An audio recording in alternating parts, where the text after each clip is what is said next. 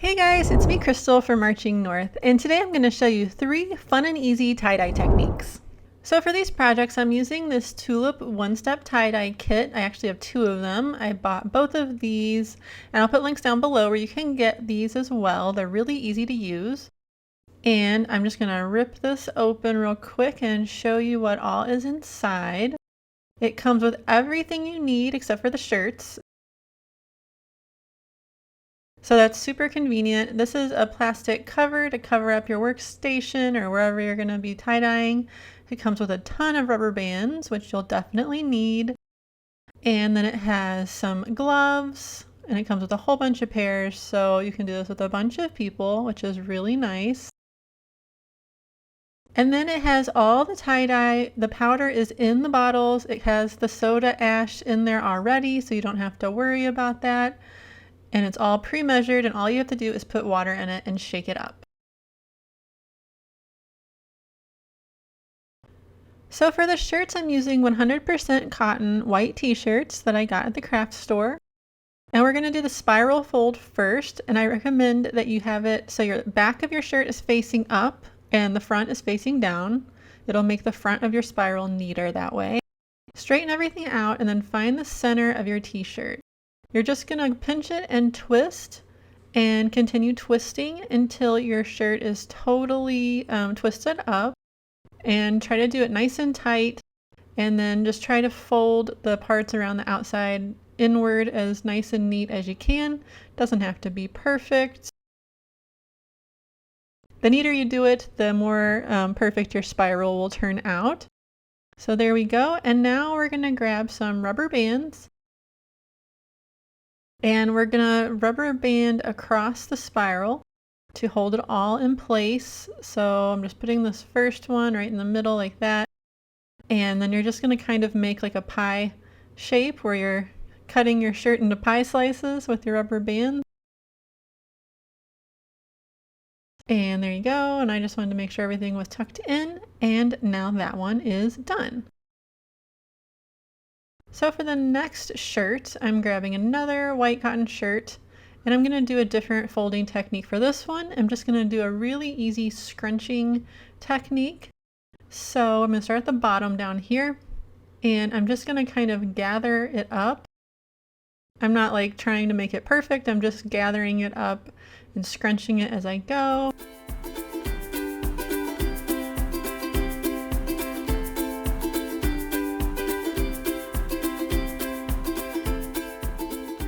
Then you're going to grab your rubber bands and you're going to make like stripes with the rubber bands going all the way down the shirt or all the way across the shirt.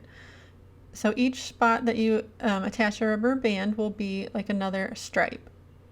So you can space them out however you want. If you want to make them closer together, you can, or if you want to make them farther apart, it's up to you. But you're just going to do this all the way across.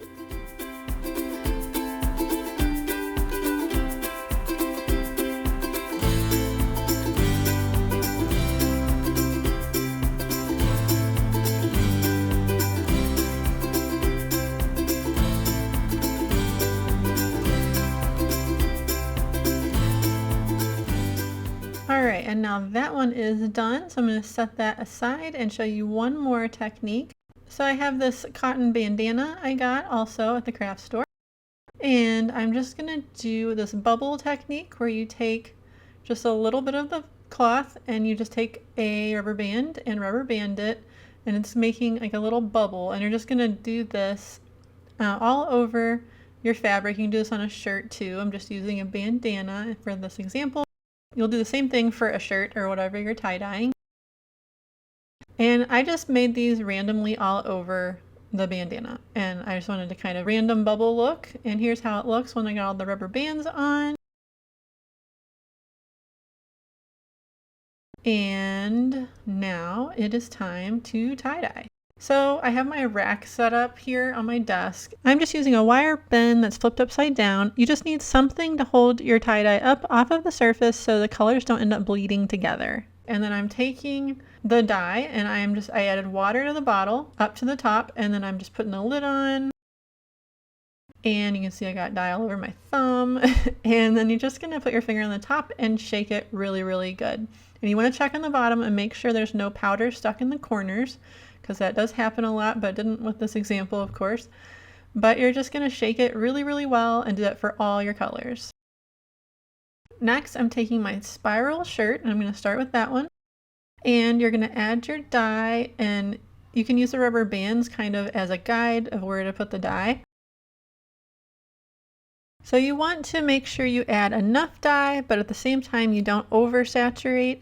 I honestly could have added a little bit more, because once I unfolded this there was quite a bit of white left over, but it really depends on how you want it to look. If you add a lot of dye, it's going to be much less white showing, and if you don't add too much, there'll be some white left over.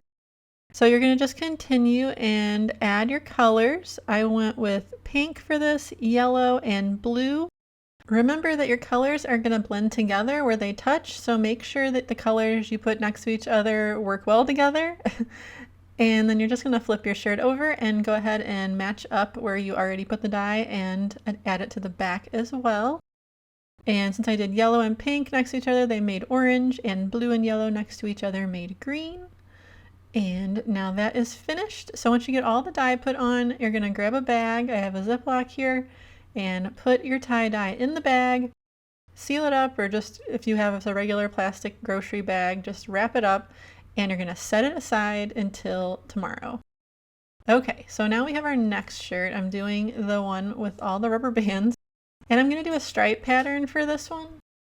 I alternated, I did blue on every other section, and then once I got that done, I got this reddish color and I went into other sections and filled them in.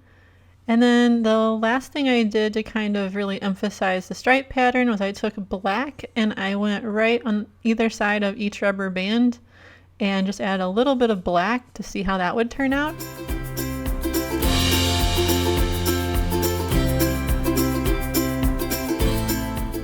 Then once you get that done, you're just going to flip it over and do all that on the other side.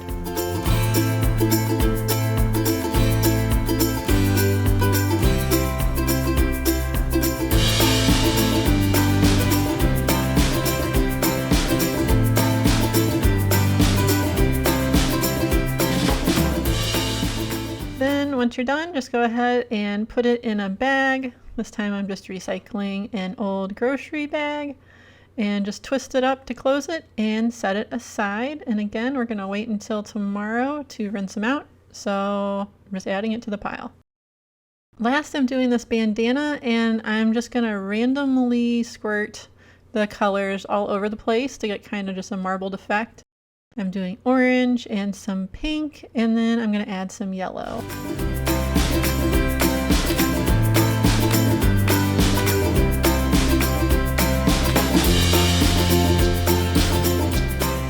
And now we just have to wait 12 hours. You don't have to wait necessarily that long, but that's how long I waited.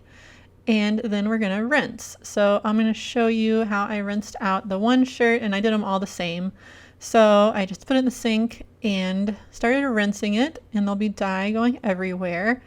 But then I took all the rubber bands off and opened it up because I wanted to see how it looked, which was very exciting. And then you're just going to keep rinsing it until the water runs mostly clear. There'll be a lot of dye in it at first, and you're just going to keep doing that. It took me like 4 or 5 times to get it to where it wasn't totally dark water coming out of it. And once it's mostly clear, you can go ahead and put it in the washing machine.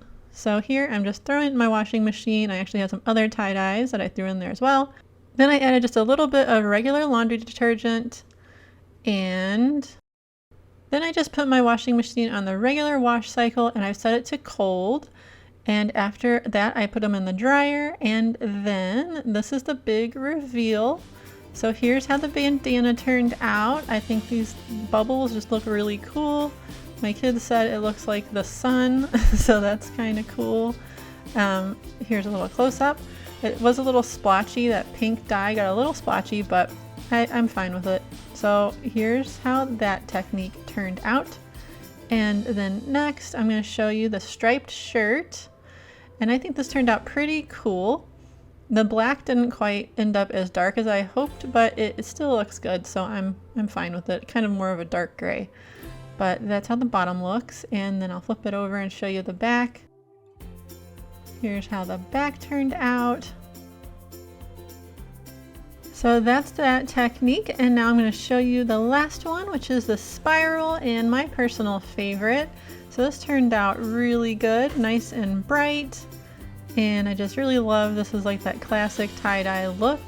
Like I said, I could have probably added a little bit more dye, at least a little bit more pink, because it's a lot of white in between, but I still think it looks pretty good, so I'm happy with it. Here's how the back turned out. I think out of the three that this one is my favorite. I also really like how the bandana one turned out. And the stripe one reminds me of the 90s, so it's kind of cool. Which one's your favorite? Let me know down in the comments. And if you enjoyed this tutorial, please leave a like, comment, and be sure to subscribe so you don't miss any of my future videos. Thanks for watching.